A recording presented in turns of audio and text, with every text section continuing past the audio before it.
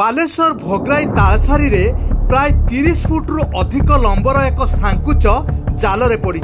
माछटीर गलेई पाखापाखि 15 foot होइथिबा बेले तार ओजन प्राय 50 क्विंटल हबो बोली जना पड़ी। तालसारी रे प्रथम थर पई एभली विशालकाय माछ देखिबाकू मिलिछि। भोगराई साहाजीपुर पंचायत अधीन सेही गाँर नंदी बेहेरांको फुटफुटी रे 5 जण मत्स्यजीवी बुधवार सकाळे माछ धरिबाकू समुद्र को बाहरी जाइतिले। कूलठारू प्राय 7 किलोमीटर दूर रे माछ धरिबाकू जाल बिछाइतिले।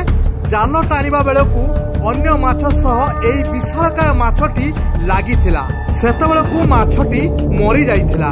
ताकू अल्प बाट टाणिबा परे आउ संभव न हेबारु फुटफुटी सहायता रे तालसारी मत्स्य अवतरण केंद्र को अणा जाइथिला।